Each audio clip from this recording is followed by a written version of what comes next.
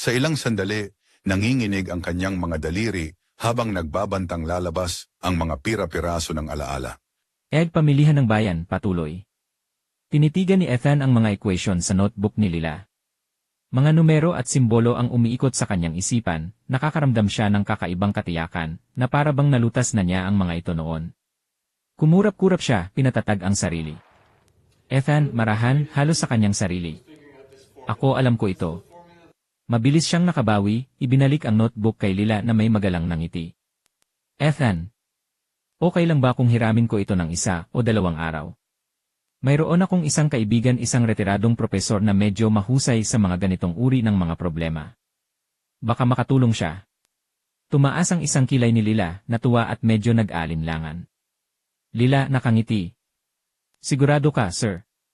Ang pagsusumite ay bukas sa loob ng halos 2 linggo at wala pang nakakalutas nito. Ethan, mumingiti, naglalaro kasama.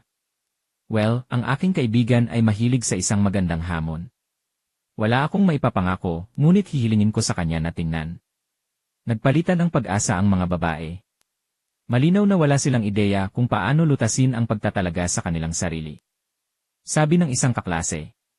Talagang pinahahalagahan namin ito, sir. Kami ay ganap na natigil. Ethan, iwanan mo na ako. Tingnan ko kung ano ang magagawa ko. Itinago niya ang notebook sa ilalim ng kanyang braso, magalang na tumango, at bumalik sa ilog, ang kanyang isip ay tumatakbo sa kalahating natatandaang mga formula at isang lumalagong kahulugan ng layunin. Kubo ng mangingisda, gabi.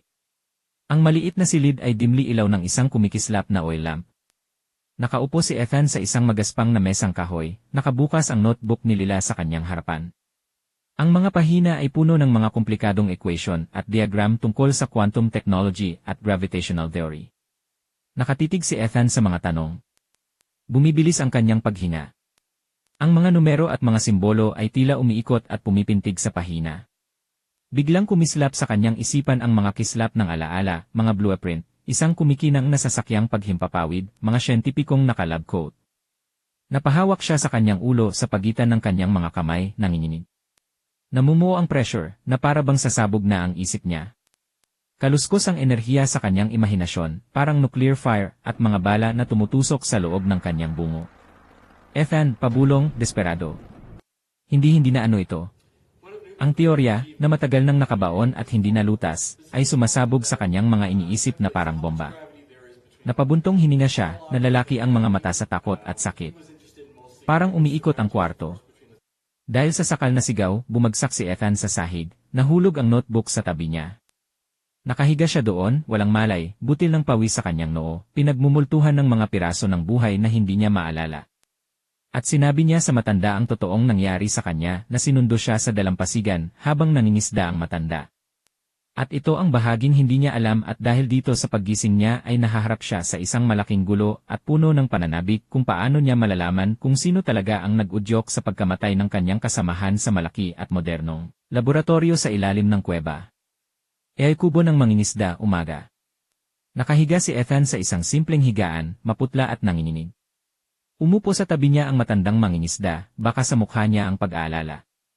Ang liwanag ng araw ay nagsasala sa bintana, na nagbibigay ng banayad na mga pattern sa sahig. Matandang mangingisda, marahan. Binigyan mo ako ng matinding takot, anak. Anong nangyari sa'yo kagabi? Dahan-dahang umupo si Ethan, hinihimas ang kanyang mga templo. Tumingin siya sa matanda, puno ng kalituhan ang mga mata at nananabik ng mga sagot.